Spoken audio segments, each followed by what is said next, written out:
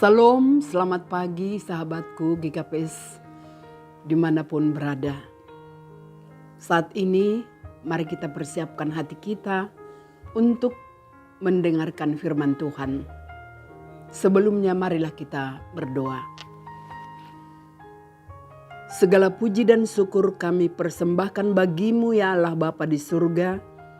Bapa yang senantiasa menjaga memelihara kehidupan kami. Di pagi hari ini kami kembali Tuhan untuk mendengarkan firman-Mu. Kiranya Roh-Mu yang kudus senantiasa berbicara ke dalam hati kami yang terdalam. Agar firman-Mu menjadi firman yang hidup bagi kami. Dalam nama anak-Mu Yesus Kristus kami berdoa. Amin. Firman Tuhan yang menjadi renungan bagi kita di pagi hari ini terambil dari kitab 2 Korintus pasal 4 ayatnya yang ke-7. Tetapi harta ini kami punyai dalam bejana tanah liat, supaya nyata bahwa kekuatan yang melimpah-limpah itu berasal dari Allah, bukan dari diri kami. Demikian pembacaan firman Tuhan. Saudara-saudara yang terkasih di dalam nama Tuhan Yesus, kekuatan berlimpah-limpah itu berasal dari Allah. Manusia bukanlah manusia besi atau manusia baja yang tahan banting atau kebal. Tetapi manusia sering diibaratkan seperti bejana tanah liat. Dalam Alkitab, bejana tanah liat memiliki makna simbolis yang mendalam. Seringkali mewakili kerapuhan dan kelemahan manusia. Namun, di dalam bejana tanah liat ini, Tuhan menaruh harta surgawi atau harta rohani yang sangat berharga. Paulus dalam 2 Korintus 4 ayat 7 ini menggambarkan bahwa orang-orang percaya sebagai bejana tanah liat yang rapuh, yang di dalamnya terdapat harta yang lebih berharga, yaitu Injil Kristus dan kuasa Allah. Allah sendiri menaruh harta surgawi di dalam bejana tanah liat ini lewat iman percaya kita kepada Kristus. Dengan tujuan supaya nyatalah bahwa di dalam bejana tanah liat yang rapuh ini ada kekuatan yang berlimpah-limpah yang berasal dari Allah. Sehingga manusia itu bisa bertahan dan berkemenangan. Nah, saudara-saudara yang terkasih, hal itulah yang dialami oleh Rasul Paulus. Paulus menerima tugas sebagai Rasul Kristus untuk memberitakan Injil ke berbagai tempat di Asia Kecil, bahkan sampai ke Eropa. Tugas itu amat berat karena dengan memberitakan Injil di tengah-tengah kehidupan orang yang tidak percaya Kristus, dengan sendirinya dia menghadapi banyak perlawanan dan berbagai tantangan dan kesulitan. Ia ditindas dari segala sisi, namun tidak terjepit. Ia habis akal, tapi tidak putus asa. Ia dianiaya, tetapi tidak ditinggal sendirian. Dan ia dihempaskan oleh badai dalam perjalanan di laut, namun tidak binasa. Ia senantiasa membawa kematian Tuhan Yesus di dalam tubuhnya, supaya kehidupan Yesus menjadi nyata. Dalam keadaan itu, Paulus mengakui bahwa ia rapuh seperti bejana tanah liat.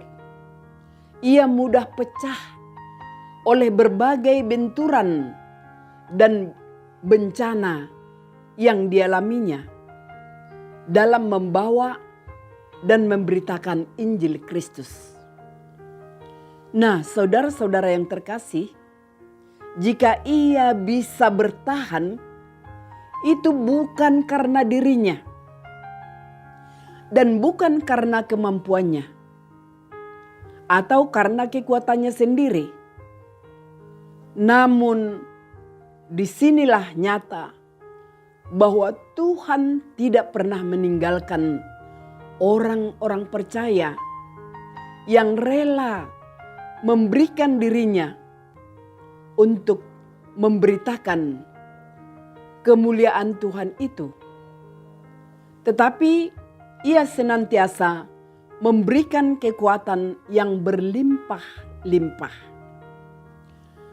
Hidup kita juga dipenuhi oleh berbagai tugas dan tanggung jawab, baik kepada keluarga kita, anak-anak kita, atau anak kepada orang tua, dan kepada gereja, masyarakat, juga kepada bangsa dan negara kita ini. Semua itu bukanlah hal yang mudah, karena tidak ada pelayanan yang mulus tanpa salib. Memang harus kita akui bahwa tubuh kita ini bagai bejana yang mudah rapuh dan pecah oleh berbagai persoalan yang kita hadapi. Namun kepada kita Allah menawarkan kekuatan yang melimpah-limpah, membuat kita bisa bertahan dan berkemenangan menjalani hidup hari lepas hari. Saudara-saudara yang terkasih, dalam 2 Korintus 4 ayat 7 ini mengajarkan kepada kita, meskipun kita mengalami berbagai kesulitan dan kelemahan, tetapi kita harus tetap mengandalkan kuasa Allah yang bekerja dalam diri kita, sehingga melalui penderitaan kita, Kristus menjadi nyata. Itu sebabnya Paulus mengatakan, sebab itu kami tidak tawar hati, tetapi meskipun manusia lahiriah kami semakin merosot, namun manusia batiniah kami semakin dibaharui dari hari ke hari. 2 Korintus 4 ayat 16. Sebab saat kita bersedia untuk dipakai Tuhan, maka hidup kita akan berjalan seiring dengan tujuan Tuhan. Bukan hanya itu, tetapi Tuhan Yesus mengisi hidup kita dengan harta karun ilahi. Saudara-saudara, marilah kita berikan hidup kita sepenuhnya untuk menjadi alat Tuhan. Sesulit apapun itu, ingatlah, Tuhan akan memberikan pertolongan dan penyertaan sehingga kita tidak bisa dikalahkan oleh apapun. Tuhan Yesus memberkati. Amin. Kita berdoa. Terima kasih ya Tuhan Allah Bapa di surga, yang telah memberikan kepada kami firman-Mu. Kiranya mampukan kami Tuhan untuk senantiasa dapat melakukan apa yang menjadi kehendak-Mu dalam kehidupan kami, agar kami senantiasa berjalan menuruti kehendak-Mu. Walaupun Tuhan banyak kesulitan-kesulitan, tapi mampukanlah kami menjadi pemberita Injil seperti Rasul Paulus. Dimanapun kami berada, nama-Mu lah yang kami muliakan. Terimalah doa kami berdoa hanya di dalam anak-Mu, Tuhan Yesus Kristus, Tuhan Juru Selamat kami yang hidup. Amin.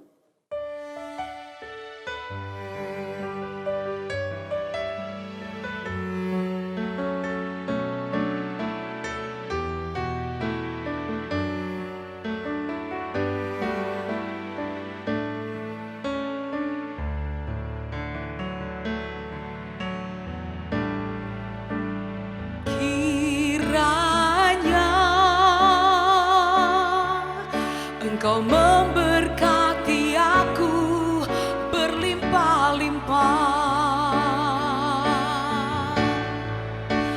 dan memperluas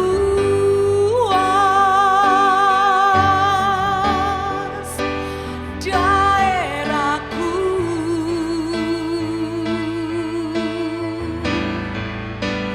dan kiranya tangan-Mu menyertai aku dan melindungi aku daripada malapetaka, sehingga kesakitan tidak menimpa aku.